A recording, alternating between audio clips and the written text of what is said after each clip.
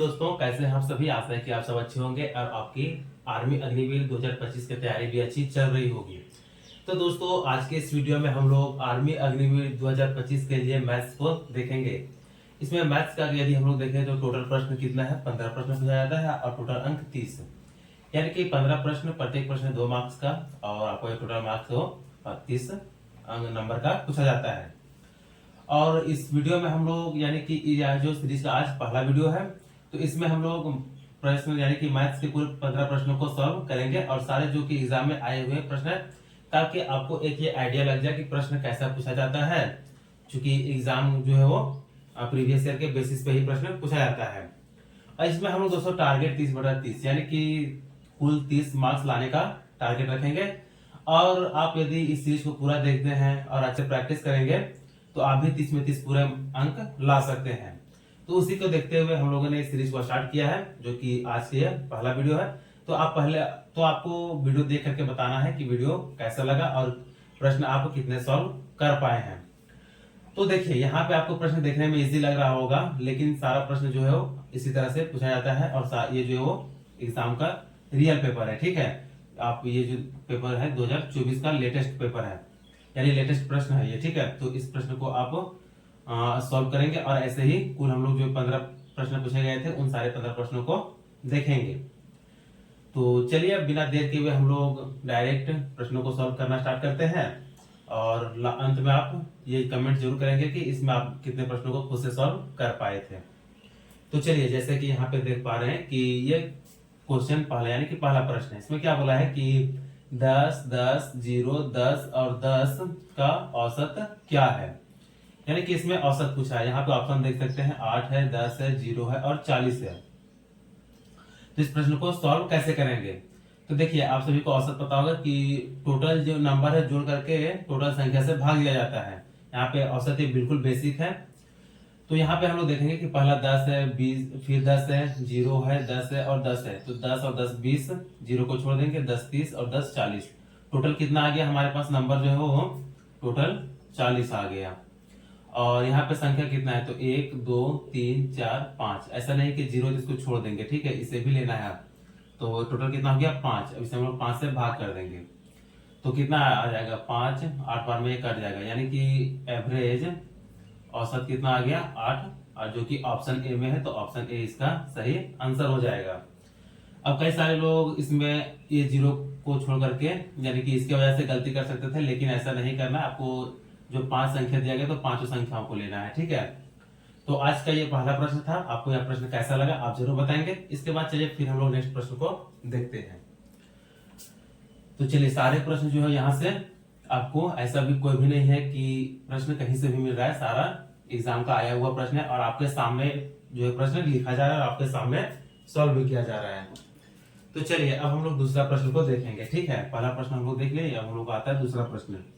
इसमें क्या बोला है कि 5/4 और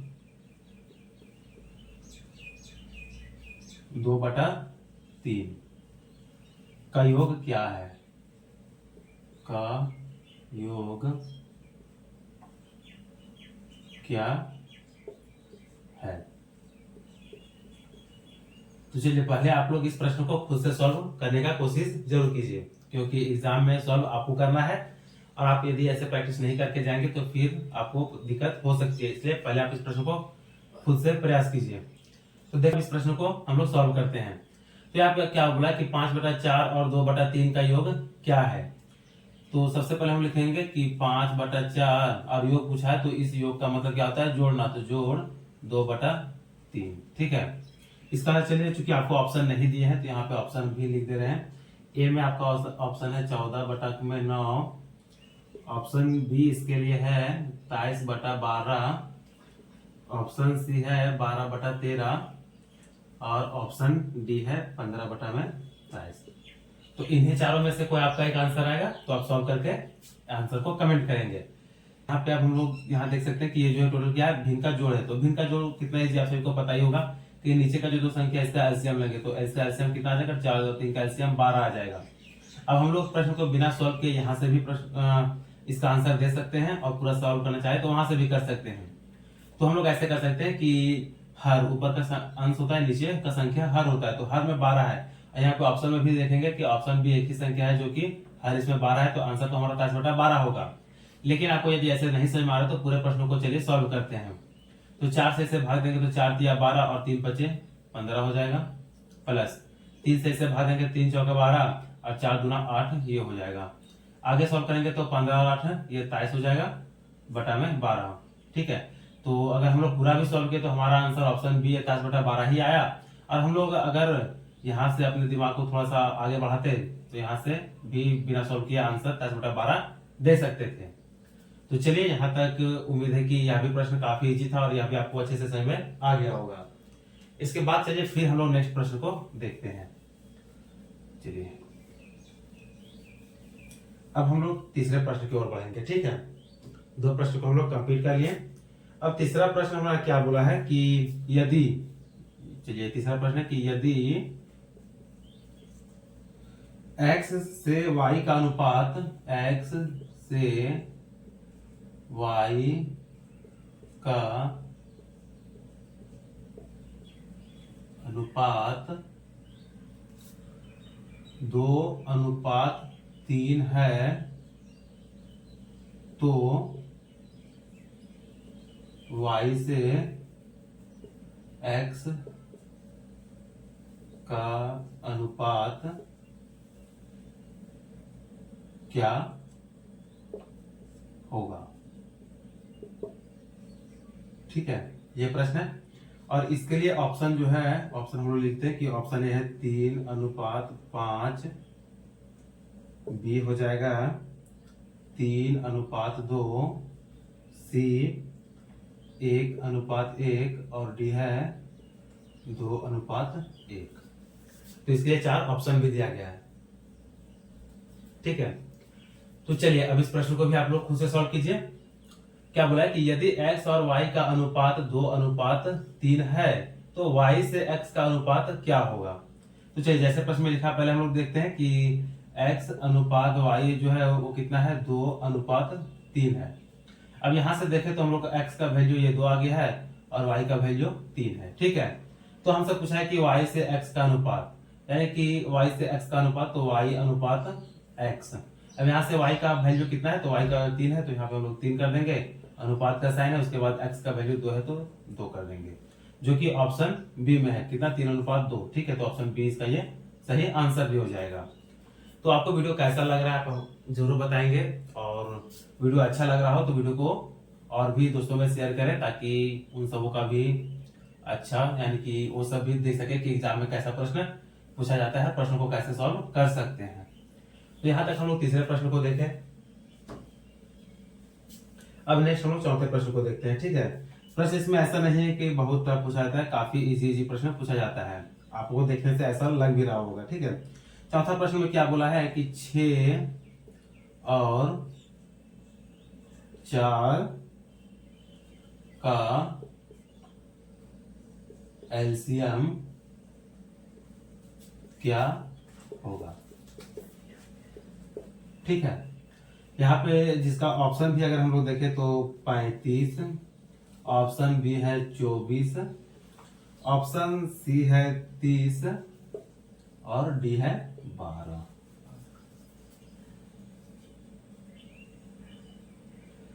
तो चलिए यहाँ पे 6 और 4 का एलसीएम पूछा है। ठीक है, तो अब यह एलसीएम कितना इजी है आप बना ही सकते हैं। एलसीएम का मतलब यहाँ पे होता है least common multiple. List common multiple यानी कि ये जो ऑप्शन यहाँ पे दिया गया है, इसमें से वह छोटा से छोटा कौन सा संख्या है जो कि 6 और 4 दोनों से करता हो। तो यहाँ पे यदि हम लोग देखें तो हमारे पास 2 नंबर आ रहा है कि बी है 24 और ये 12। ठीक है, ये दोनों 6 और 4 से ये भी कटेगा और 6 और 4 से ये भी कटेगा, लेकिन हमको चूंकि निकालना एलसीएम है। ठीक है, तो एलसीएम यानी कि लिस्ट कॉमन मल्टीपल, तो लिस्ट यानी छोटा, तो 24 छोटा है या फिर 12, तो इन दोनों में ऑब्वियसली कि छोटा तो 12 ही है। ठीक है, जो कि ऑप्शन डी में है, तो इस तरह से इसका ऑप्शन डी ये 12 सही हो जाएगा। और यदि आप इसका एलसीएम निकालना चाहते हैं तो एलसीएम भी बिल्कुल हम यहाँ पे बेसिक तरीका से निकाल करके देखते हैं कि 6 और 4 है। ठीक है, इसको 2 से करेंगे तो 2 3 6 और 2 दूना 4, अब तो आगे नहीं कटेगा। अब गुना करेंगे तो 2 3 6 और 6 दूना 12 है। ऐसे भी सॉल्व किया तो कितना आ गया 12। और आप ये ऐसा प्रश्न है कि इसमें तो सॉल्व करना ही नहीं है, ठीक है, इसे आप लोग डायरेक्ट कर सकते हैं, केवल प्रश्न को देख करके इसका आंसर दे सकते थे। इसके बाद चलिए फिर नेक्स्ट प्रश्न को हम लोग देखेंगे, तब तक इस प्रश्न को साफ कर लेते हैं।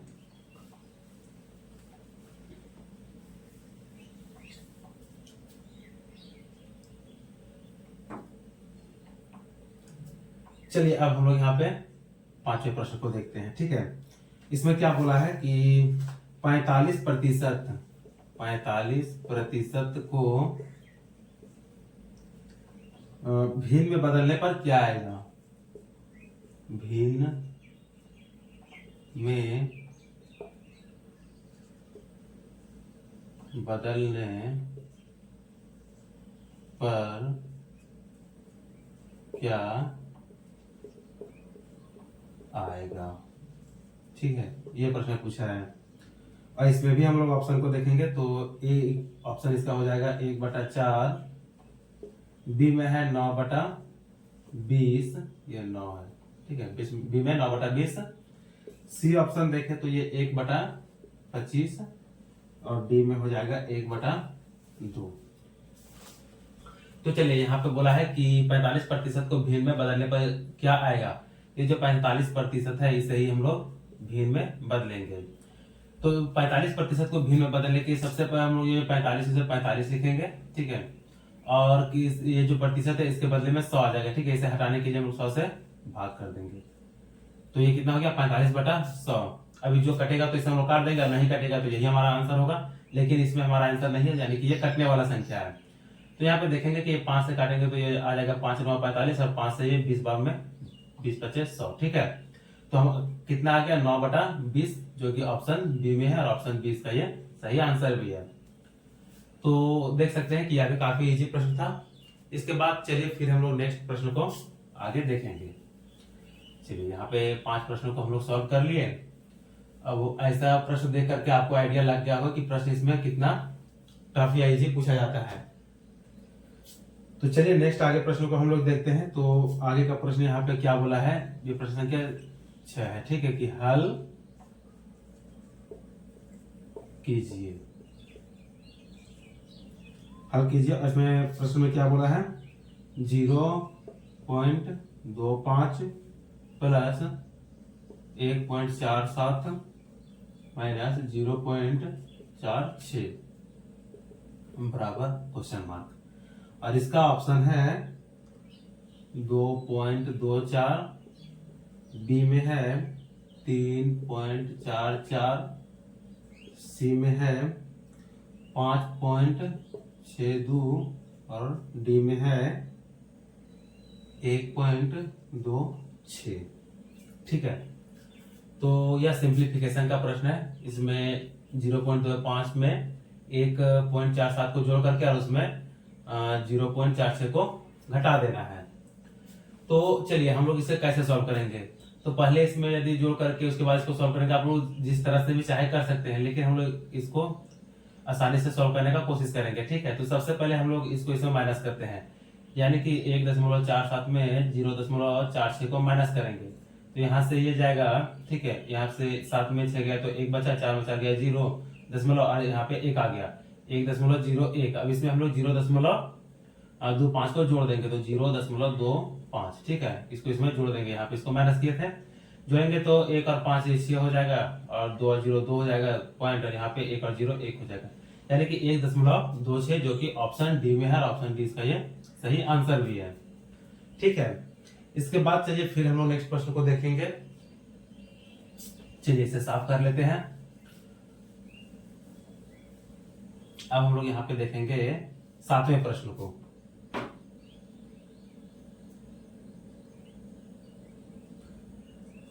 प्रश्न संख्या 7 को देखेंगे। इसमें क्या बोला कि 5 भुजाओं वाली आकृति को क्या कहते हैं। 5 भुजाओं वाली आकृति को क्या करते हैं। ठीक है, और इसका ऑप्शन पहला है वर्ग,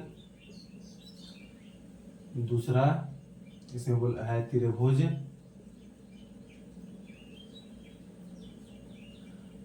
तीसरा ऑप्शन इसका है अष्टभुज, अष्टभुज, और चौथा ऑप्शन है पंचभुज। तो चलिए इस प्रश्न को आप प्रश्न लिखने से पहले ही इसका आंसर दे चुके हैं, ऐसा उम्मीद है कि 5 भुजाओं वाली आकृति को क्या कहते हैं। तो चलिए पहले हम लोग 5 भुजा वाली आकृति को बनाते हैं कि वो होता कैसा है। यहाँ पे देखेंगे 1 भुजा, 2 भुजा, 3 भुजा, 4 भुजा और एक ये 5 भुजा। ये 5 भुजा वाली आकृति हो गई। ठीक है, तो यहाँ पे देख सकते हैं कि ऑप्शन में है वर्ग है, त्रिभुज है, अष्टभुज है और ये पंचभुज है। तो यहाँ पे आपको यदि नहीं भी आता होगा तो आपको ऐसे प्रश्न को यहाँ पे अपने मेमोरी बेस पे लगा सकते हैं कि 5 भुजा है। ठीक है, यानी कि 5 भुजा है तो उसका नाम जो होगा पंचभुजी होगा। और बाकी यहाँ पे देख भी सकते हैं कि 1 2 3 4 5, ये 5 भुजा इसमें है, तो 5 भुजा वाली आकृति को क्या बोलते हैं? पंचभुज बोलते हैं। अब यहाँ पे अष्टभुज है, अष्टभुज यानी कि 8 भुजा वाली आकृति को अष्टभुज कहते हैं। त्रिभुज हो जाता है 3 भुजा वाली आकृति, और वर्ग जिसका 4 भुजा आपस में बराबर हो, ठीक है, उसे हम लोग क्या बोलते हैं? वर्ग। तो इसका सही आंसर कौन सा हो जाएगा? ऑप्शन डी है पंचभुज। इसके बाद चलिए फिर हम लोग नेक्स्ट प्रश्न को देखेंगे। तो चलिए इस प्रश्न को हम लोग साफ कर लेते हैं। चलिए, तो आपको वीडियो कैसा लग रहा है आप हमें कमेंट में जरूर बताएंगे। तो चलिए 8वें प्रश्न को देखते हैं। 8वां प्रश्न में क्या बोला है कि एक पिता और उसके पुत्र, एक पिता और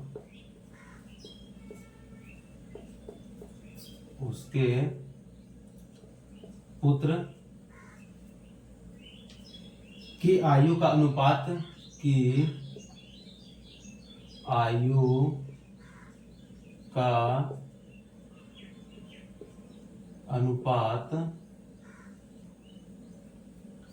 क्या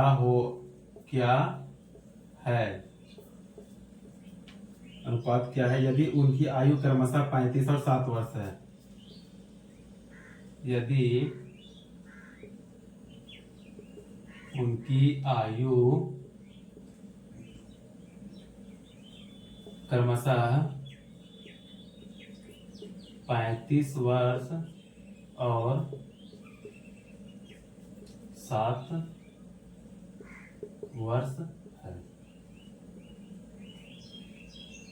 ठीक है, इसका ऑप्शन यदि हम लोग देखें तो इसका ऑप्शन है 1:5, बी ऑप्शन है 2:3, सी है 5:1 और ऑप्शन डी है 5:7।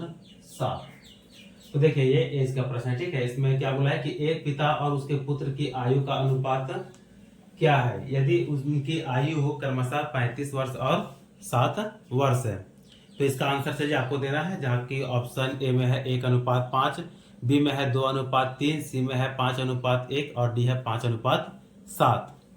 तो यह भी काफी इजी प्रश्न है। ठीक है, अब चलिए हम लोग इस प्रश्न को सॉल्व करते हैं कि पिता का आयु और पुत्र के आयु का जो अनुपात है उसे निकालना है। ठीक है, तो आयु कितना है? तो पिता का आयु यहाँ से देख सकते हैं कि ये 35 वर्ष है और पुत्र का आयु 7 वर्ष है। ये दोनों का रेशियो करना है। ठीक है, अनुपात निकालना है। तो जो कटेगा उसे हम लोग काटते हैं, 7 एकम 7 और 7 बचे 35। ये एक बार में कटा तो ये कितना आ जाएगा? 5:1। ये दोनों का अनुपात आ गया जो कि ऑप्शन सी में है। ठीक है, आपको ये भी ध्यान देना है कि ऑप्शन ए और ऑप्शन सी दोनों में आप कंफ्यूजन कर सकते हैं कि 1:5 होगा या फिर 5:1 होगा। तो प्रश्न को देखना है कि यहाँ पे क्या बोला है कि पिता, पहले पिता का नाम आया है उसके बाद पुत्र। ठीक है, तो पहले पिता का अनुपात कितना है? 5, तो यहाँ पे 5 हो जाएगा और उसके बाद पुत्र का अनुपात 1 है तो 1, यानी कि 5:1 जो कि ऑप्शन सी है और सी इसका सही आंसर हो जाएगा। तो चलिए उम्मीद है कि यह भी प्रश्न आपको अच्छे से समझ में आ गया होगा। इसके बाद चलिए फिर हम लोग नेक्स्ट प्रश्न को देखते हैं। तो चलिए पहले इस प्रश्न को साफ कर लेते हैं।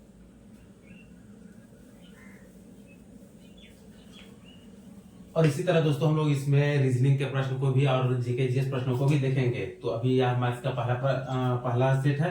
तो आपको वीडियो कैसा लगेगा, आपको यदि इसमें किसी प्रकार का डाउट रहता है तब भी आप कमेंट जरूर करेंगे। आगे क्या बोला कि यदि 5 संख्याओं, तो चलिए 8वां प्रश्न देखें। तो अब हम लोग यहाँ पे 9वां प्रश्न है, ठीक है, कि यदि 5 संख्याओं का औसत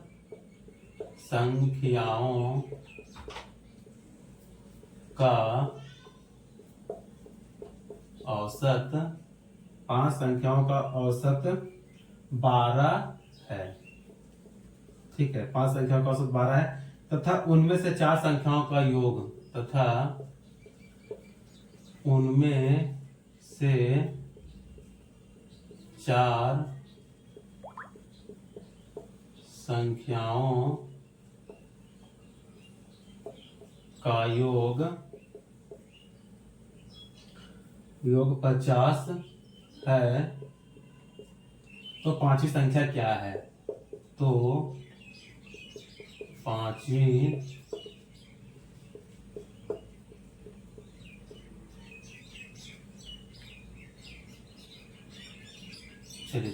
संख्या क्या है? ठीक है, इसका भी हम लोग ऑप्शन देखते हैं। तो ऑप्शन ए है 35, बी है 55, सी है 10 और डी है 7। ठीक है, तो चलिए इसको भी सॉल्व करेंगे कि यदि यहाँ तक ये 9वां प्रश्न है कि यदि 5 संख्याओं का औसत 12 है तथा उनमें से 4 संख्याओं का योग 50 है, तो पांचवी संख्या क्या है? 35 होगा, 55 होगा, 10 होगा, या फिर पांचवी संख्या जो है वो 7 होगी। तो हम लोग इसको कैसे सॉल्व करेंगे? तो औसत आप लोग को बताए थे कि ऊपर जो टोटल संख्या यानी कि औसत बराबर होता है कुल संख्याओं का योग बटा में कुल संख्या। तो यहाँ पे हम देखेंगे 5 संख्याओं का जो औसत है वो 12 है, तो कुल संख्या बराबर हो जाएगा 5 गुना 12 यानी कि ये 7 हो जाएगा। ठीक है, टोटल कितना आ गया? 60 है। तो बोला कि उनमें से 4 संख्याओं का योग 50 है। अब इसमें 4 संख्याओं का योग जो है वो 50 है, तो कुल कितना है? 5 है। चलिए इसे हम लोग और आसान से समझते हैं। ठीक है, कि 1 2 3 4 5 टोटल 5 है। ठीक है, और यहाँ तक अगर टोटल वैल्यू देखें इन पांचों का तो वो 60 है, और उसके बाद यहाँ तक देखिए ये जो 4 है, इस 4 का वैल्यू कितना है? यानी 50 है। तो इस 1 का वैल्यू पूछा है। ठीक है, तो इस 1 का वैल्यू 60 में 50 माइनस कर देंगे तो कितना आ जाएगा? 10। यानी कि पांचवी संख्या का जो मान है वो कितना आ जाएगा? 10, जो कि ऑप्शन सी में है, और ऑप्शन सी इसका सही आंसर भी हो जाएगा। तो चलिए अभी यही प्रश्न था। इसके बाद चलिए फिर हम लोग नेक्स्ट आगे प्रश्न को देखते हैं। चलिए इसे साफ कर लेते हैं। तो यहाँ तक हम लोगों ने 9 प्रश्नों को सॉल्व कर लिए। अब आगे आता है हमारा 10वां प्रश्न। ठीक है, तो चलिए 10वां प्रश्न में हम लोग यहाँ पे देखेंगे कि प्रश्न संख्या ये 10 रहेगा। इसमें क्या बोला कि कौन सी संख्या, लॉजिकल प्रश्न है, कि कौन सी संख्या 6 से गुना करने पर 6 से गुना करने पर 72 के बराबर होगी? 72 के बराबर होगी, जिसका ऑप्शन हम लोग देखें तो वो है 24, बी हो जाएगा 26, सी हो जाएगा 36 और डी हो जाएगा 12। तो इस प्रश्न का आपको आंसर देना है। ठीक है, कि कौन सा ऐसा केवल कौन सी संख्या 6 से गुना करने पर 72 के बराबर होगी। यानी कि यहाँ जो ऑप्शन दिया गया है 1 2 3 और 4, इसमें से कौन सा संख्या है जिसको हम लोग 6 से गुना करेंगे तो 72 के बराबर यानी कि 72 आ जाएगा। तो देखिए इसका तो एक आप लोग ऑप्शन से भी लगा सकते हैं कि गुना करेंगे, इसमें 12 में छोटा से ही हम लोग गुना करते हैं। ठीक है, तो यहाँ पे आ जाएगा 12, इसको गुना करेंगे 6 से तो ये आ जाएगा 12 6 72। एक ये भी हो सकता है। ठीक है, बाकी अगर आपको ऐसा नहीं पता है, आप इसको और भी तरीका से बनाना चाहते हैं तो ऐसे बना सकते हैं कि कौन सी संख्या, तो मान लेते हैं कि संख्या हमारा जो है वो x, ये नहीं पता। ठीक है, तो संख्या को 6 से गुना करने पर तो x गुना 6 बराबर हमको क्या प्राप्त होना चाहिए? 72। यहाँ से करेंगे तो कितना आ जाएगा, 6x बराबर 72 आ गया। x का वैल्यू निकालना चाहे तो 72 भागा में 6 से काटेंगे तो ये 12×72 यानी कि x का वैल्यू कितना आ गया, 12। तो इसका आंसर कौन सा हो जाएगा, ऑप्शन डी है, 12 सही आंसर हो जाएगा। ठीक है, आप किसी भी तरीके से इस प्रश्न को लगा सकते हैं। और ऐसे प्रश्न जो है वो मेमोरी बेस्ड होते हैं। बाकी आप इसे और भी क्या बोले ऐसे एक्स मान करके बना सकते हैं, या तो फिर ऑप्शन के थ्रू भी बहुत ही कम समय में सॉल्व कर सकते हैं। इसके बाद चलिए नेक्स्ट प्रश्न को देखेंगे। तो चलिए दोस्तों, अब हम लोग यहाँ पे लिखते हैं 11 प्रश्न। ठीक है, यानी प्रश्न नंबर 11। और इससे पहले 10 प्रश्न में आपको किसी प्रकार का कोई डाउट रहता है तो आप हमें कमेंट जरूर करेंगे। 11वां प्रश्न हम लोग देखेंगे यहाँ पे कि 2000 रुपये की मूल राशि पर मूल राशि पर 10% की दर से 10% की दर से 200 रुपये का साधारण ब्याज 200 रुपये का साधारण ब्याज अर्जित करने के लिए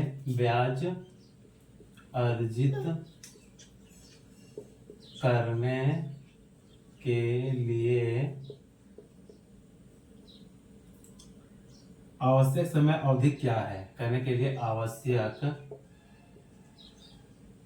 समय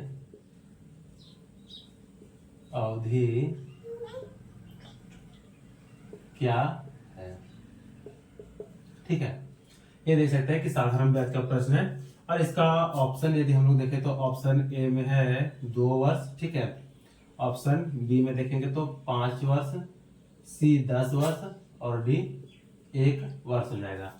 तो देखिए, यह साधारण ब्याज का प्रश्न है। इसमें क्या बोला है कि 2000 रुपये की मूल राशि पर 10% की दर से 200 रुपये का साधारण ब्याज अर्जित करने के लिए आवश्यक समय अवधि क्या है। इसमें आपसे समय पूछा है। ऑप्शन में देख सकते हैं ये 2 वर्ष है। ठीक है, ये 5 वर्ष, 10 वर्ष और 1 वर्ष। तो ऐसे प्रश्नों को हम लोग कैसे सॉल्व करेंगे, तो इसके लिए एक सिंपल सा फॉर्मूला है, बस आप उस फॉर्मूला को याद रखेंगे तो उस फॉर्मूला से आप समय निकालना बोले, साधारण ब्याज, मूलधन या तो फिर रेट जो भी निकालना बोले आप निकाल सकते हैं। तो इसका साधारण सा फॉर्मूला है वो हो जाता है ऐसा, यानी कि साधारण ब्याज बराबर मूलधन P गुना दर यानी कि R गुना T समय बटा में 100। और ये जो है वेरी वेरी इंपॉर्टेंट फॉर्मूला है। ठीक है, आप इस फॉर्मूला को जरूर रख लेंगे, क्योंकि इस फॉर्मूला से आप देख सकते हैं साधारण ब्याज या फिर मूलधन या फिर दर या फिर समय जो चाहे आप निकाल सकते हैं। अब कैसे निकालेंगे हम लोग अभी इसमें वही चीज सीखेंगे। तो इसमें हमसे समय अवधि पूछा है। ठीक है, और बाकी इसमें हमारा सारा चीज दे दिया है कि 2000 रुपए की मूल राशि पर, तो मूल राशि यानी कि ये हमारा P मूलधन हो गया। आगे बोला कि 10% की दर से, तो ये हमारा रेट यानी कि दर हो गया। और ये 200 रुपये का साधारण ब्याज ये SI हो गया। ठीक है, तो अब यहाँ पे हमारा जो वैल्यू दिया उसे बैठाएंगे और जो पूछा है वो निकाल लेंगे। तो साधारण ब्याज दिया है, साधारण ब्याज 200 रुपया, तो यहाँ से हम लोग 200 लिख देंगे बराबर P मूलधन कितना है 2000 रुपया, तो यहाँ से फिर हम 2000 कर देंगे गुना दर यहाँ से 10% है और समय ही पूछा है तो समय को T ही रहने देंगे और बटा में 100 से भाग कर देंगे। अब जो कटेगा उसे हम लोग काट देंगे, बाकी जो बचेगा उसे आगे सॉल्व करेंगे।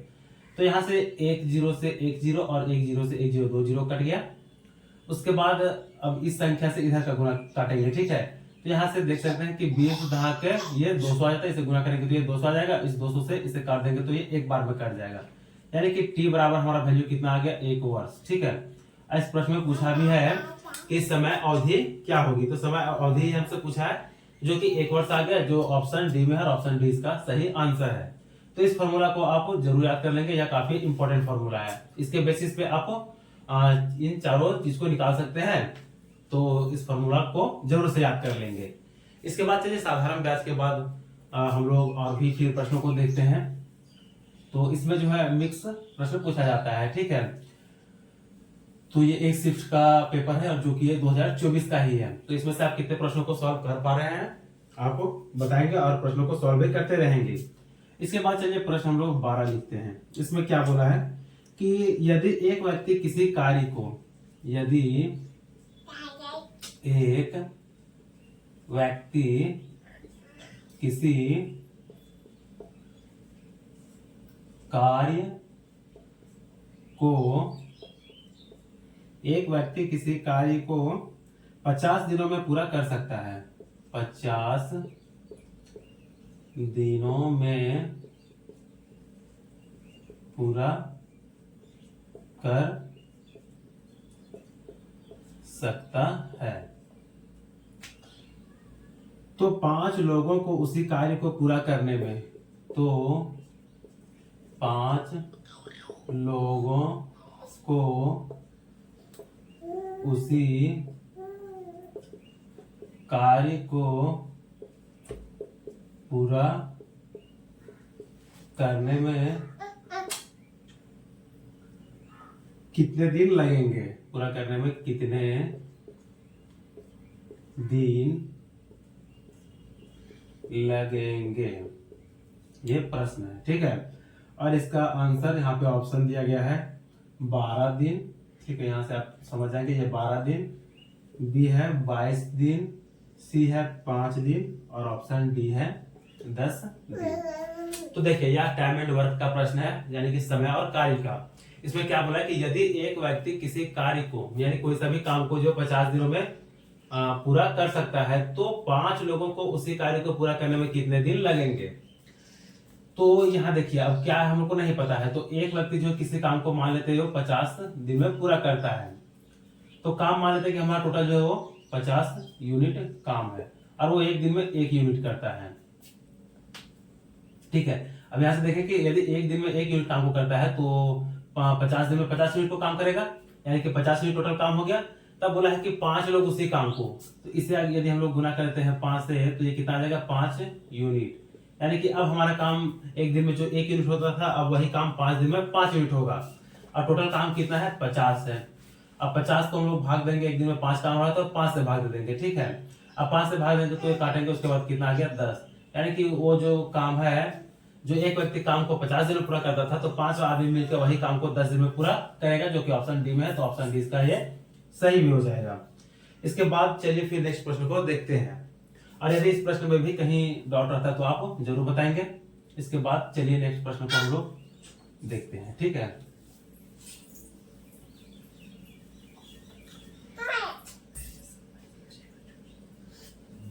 चलिए अगला प्रश्न हमारा यहाँ पे प्रश्न संख्या 13 है। इसमें क्या बोला कि एक लड़की द्वारा दान की गई राशि, एक लड़की द्वारा दान की गई राशि, एक लड़की द्वारा दान की गई राशि कितनी है? कितनी है? यदि वह अपने 25,000 रुपये की आय का, यदि वह अपनी 25,000 रुपये की आय का